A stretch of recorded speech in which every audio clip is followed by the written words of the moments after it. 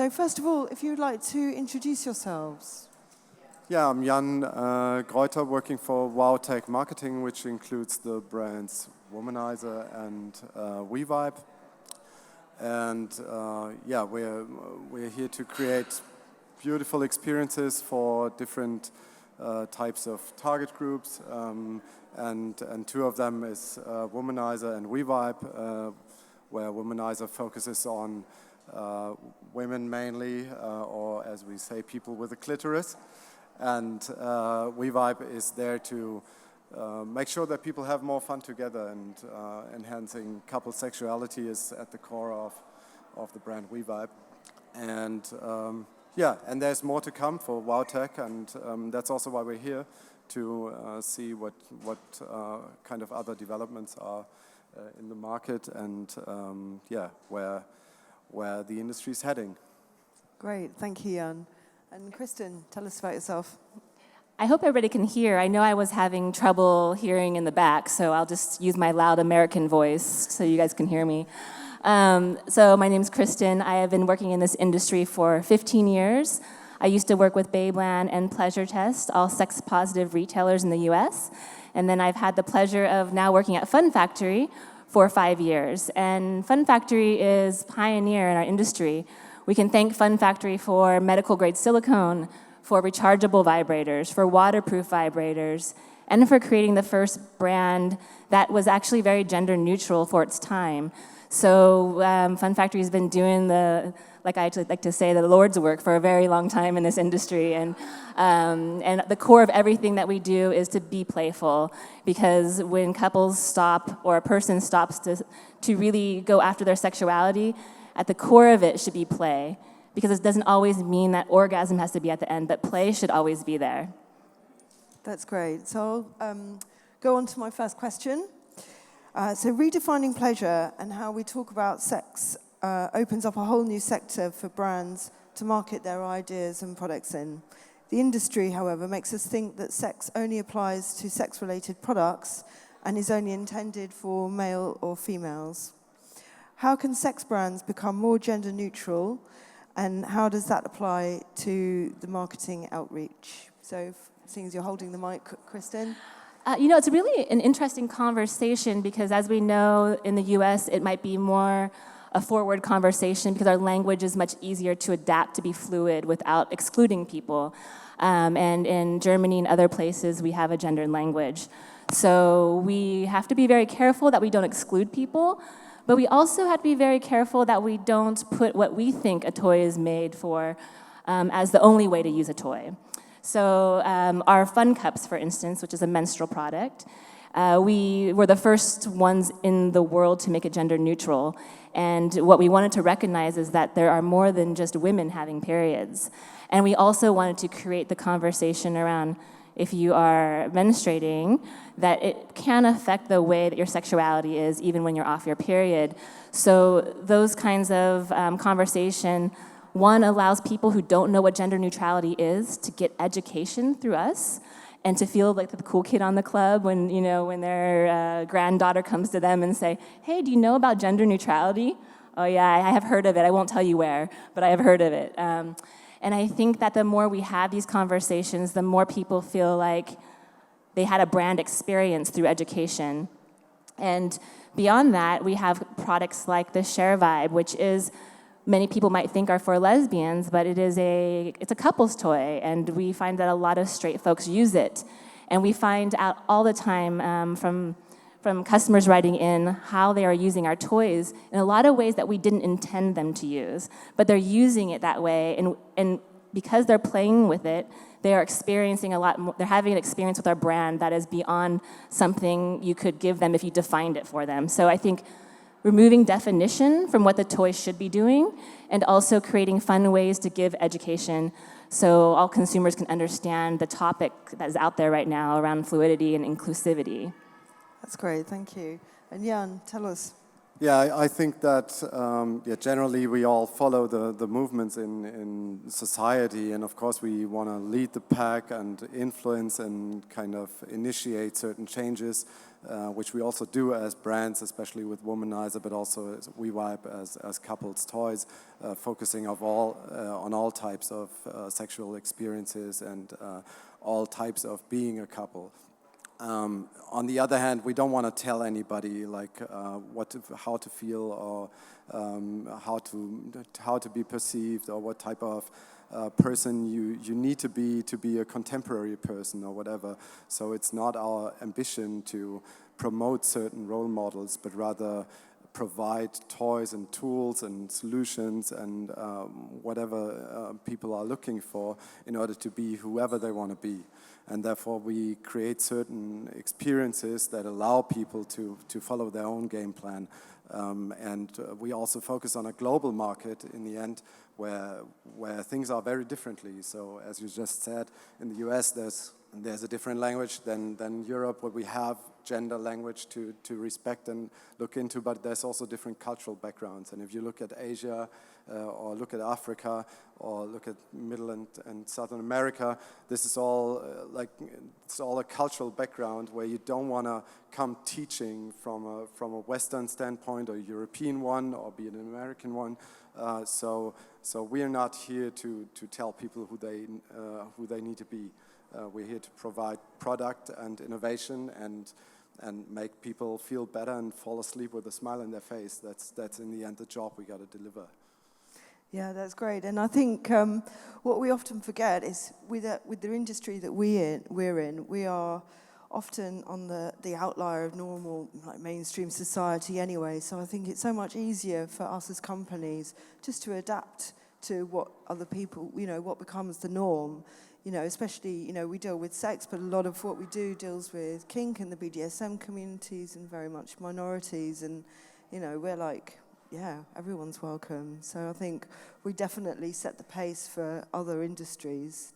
I like to think so anyway. Forward-thinking, liberal lot we are.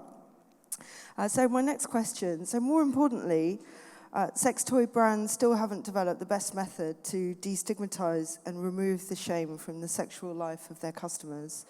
So this experience also depends on the cultural context that we're placed into. So you just touched on that, Jan. But I can imagine that that's much easier to get into a fancy sex shop for the inhabitants of a downtown European metropolis than it is of a smaller town in some of the countries you mentioned. So what is the marketing strategy for understanding the needs of customers from the different cultures, contexts, and environments? Yeah, I think that there's so many aspects to this. So first of all, of course, it's the marketing and the question how you create certain experiences and how you run a brand. But on the other hand, it's also a question of distribution and channels and touch points, like how people get in touch with the product, like what we're creating every day. And of course, we all know that this is changing and that there's a lot of consumer-facing methods and channels nowadays that change ways how people get in touch with our product and categories. So as this is happening, the whole framework is changing. So if you're looking at the old school kind of sex shop from 20 years ago, there was already such a story behind how you get this thing into your hands that you couldn't escape from that framework any longer. That was just the whole story already, just by the path to purchase. And that is changing with more customer-focusing direct content, with more ways to purchase the product, with more ways to research before your actual purchase in a shop, and also with the way the industry is changing in the distribution level. So there's a lot of new concepts out there in the market with a lot of educational content, with a lot of ways to create kind of a family-friendly atmosphere which takes sexuality as a normal part of our life instead of some kinky, weird aspect of certain people you don't want to have in your neighborhood, kind of. And as this is changing a lot, our entire distribution network is requesting new ways to provide product and create all this story around it. And that's what we are on. That's what we're up for. And this is how things change and how this perception changes what sex toys is about, that it's in the end, it's just another enhancer to your life, just like your electric toothbrush may be, or your Alexa ordering your books.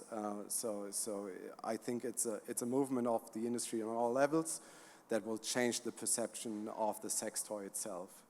Yeah, very good. And I was just wondering a little bit, are there any areas that you found, because when you were talking about different markets being, in different cultures you had to respect, are there any areas that you found quite difficult to go into or more challenging than others? Yeah, of course. First of all, you're coming with your own cultural background, so it's always easier to find your way into markets that match this set of values that you're coming with yourself and that your team is used to. So if you're talking about the Asian market, for example, you first need to understand the Asian culture and the whole way how people purchase things, what they get in touch with throughout the day. And that is very different from our culture. So understanding what they need means first to understand the whole life and like from morning till evening, to know what people are going through, what is their way to purchase electronic consumer products, first of all, and how they look at sexuality and what their education is, their cultural background.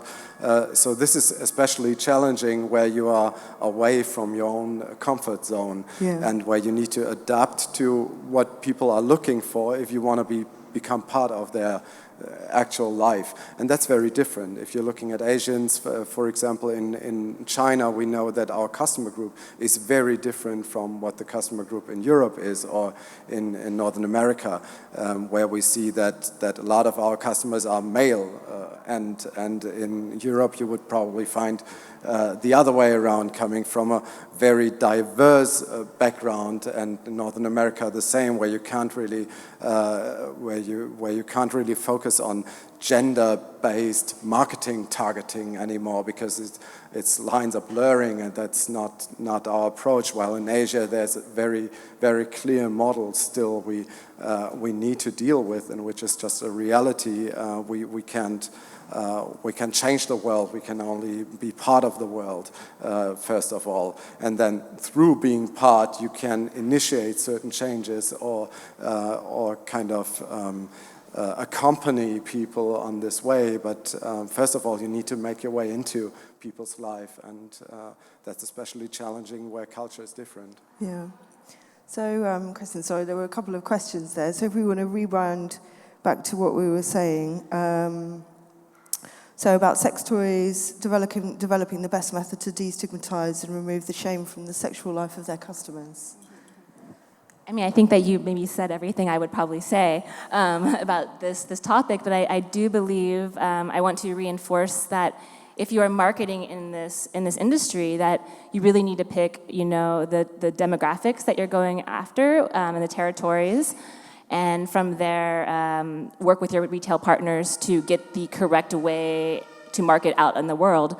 So for instance, half of our marketing team is in the US and the other half is in Germany. And that works really well because we're constantly sharing information and trying to find a way to find a balance between two very different cultures. And from that, what we produce, we take it then to, let's say, China, and we work with our retail partners there to even take it to a language that that's going to reflect their interests. So I think the more you can diversify your marketing team is going to be extremely important. From there, create campaigns, create past the purchase that has some flexibility in it, that therefore you can work with partners to help define the target even more. And there are, in the US, we do have some stores that are highly targeting, let's say, women, and maybe women, in their 20s. And then we have some that are targeting couples in their 50s in the Midwest. It's not the same campaign, it's just not. That's why diversity in your imagery, allowing customers to choose the image that might go best with a different tagline. So marketing needs to happen in like tenfold. And then you could produce 10 different ways to say the thing that you want to say, and allowing the retailers to help you define what is culturally appropriate in that target demographic. Great. And So going on to, and so were there any areas that you found, that Fun Factory found particularly challenging going into? Any particular countries or markets where they really had to go like, You know, I always think the markets that are the most challenging are the ones that we maybe aren't hiring within. So again, the more diversity you have on your team, the more you understand it. And let's say like in Mexico or South America, we've had, it is not what we have thought it was going to be for us. And it's one of those things that you have to reinvent yourself because, you know, folks in Mexico, South America, they do deserve an eco-friendly, you know, a brand that you can't find anywhere else. And so we want to make sure Fun Factory's message is available to them. But when you have trade agreements that don't allow you to price accordingly, you might not be able to reach that market. So it gets complicated when you're trading amongst different countries, and then on top of it to then localize your content. But we continue to try, and we continue to support the retailers who are doing the work that we believe is important. So we have a great customer in Chile who is like really big on the messaging for Fun Factory, and this helps us to reach a whole different demographic down there.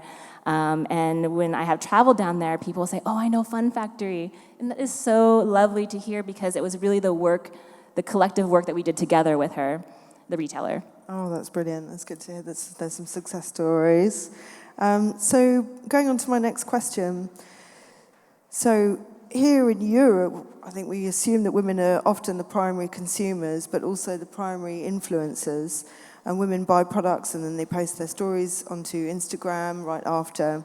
Social media has created a whole new framework for us to do what we've been doing since the dawn of time. This goes, of course, for the brand ambassadors, testers, and influencers as well.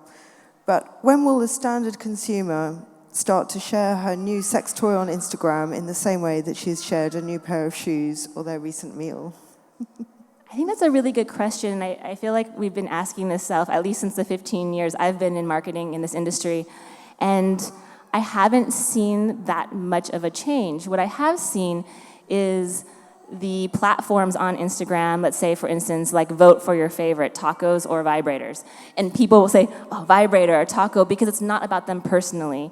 When you take the personal out of it, you do find that the consumer might step up and vote for something. And I think the more you play with that idea, the more you will have people participating in a conversation. This is why the menstrual cup has been so great for us, because women are demanding a different approach to menstruation. And when we have the conversation, hey, great, now you are using this cup, it's also important because of the sexuality purpose of not having small tears and lubrication. Then what happens is that we're kind of coming around the side to have the sexuality conversation through a topic that everybody should be having anyways. So it's just how you frame it. 10 years ago, Instagram, we didn't have this kind of platform to play with, and you just have to use it to your advantage. And what do you think that needs to happen, or will it? I think that first of all, it's not that true, kind of. So we already see that a lot, and there's always certain customer groups who are kind of leading the pack, and then the others will follow. And these early adopters definitely are a growing group. So I think there is people proudly sharing their new sex toy online, just as you would do it with new whatever Bluetooth headphones. And who are very, very open about their sexuality and also influence others doing that. And not only as regular influencers with 30,000 followers, it's also happening on a small level. And that's interesting, and it's definitely something that will continue. So world is changing there. On the other hand, of course, we need to accept that other than for a car brand, it's not about prestige. When I buy a sex toy, it's not because I want to communicate a certain message, first of all. It's about myself or my partnership or whatever it is. So focusing on the prestige aspect is not what, at least for us, the marketing is about. But again, there we see that also the world is different in different parts of the world. And for our office in Hong Kong, it's different than for our people and staff in Ottawa, or for us here in Berlin. Is like everybody has a different approach to that, like how frankly should I share this, and how can we talk to the customer, and how will this be perceived, and things that may be a good idea here are possibly not a good idea there. So that needs a lot of kind of micromanagement. But I think, the question is, what's good about that? In the end, it's always about the person, her, himself, where we need to see, did we add something? Did we add value to the person's life? And if it adds value, if this person shares, I think you're definitely doing that. you know, if it adds value that this person shares this customer experience, then great. If not, it's also fine. It's not our first approach to be viral. But if they want, it's great. We have our hashtag #IMusturbate for Womanizer, for example. That's fairly successful, and people use it. And we had before the Orgasm is a Human Right campaign, which worked out quite well, and a lot of people used it for Womanizer. And so are there couples who share how much WeVibe changed their life with enhancing their sexuality and changing the way how they interact as a couple, and how much it added to their life. So for us, it's great if people talk about it, but if not, it's their choice. Yeah. So, and that brings me on to my last question. Well, it's more of an interest one. I was just wondering, how many female product designers are working in your companies? Oh, I don't have the head count. First of all, we don't have just product designers. We have an innovation process, so we have an innovation department where the entire thing starts with analyzing certain cultural changes, or doing like biological, medical research, and there's, I would say, the majority of our colleagues there is female, so there's definitely a good part in the development. Of course, I would say that in the mechanical engineering, it's rather male. Yeah, definitely.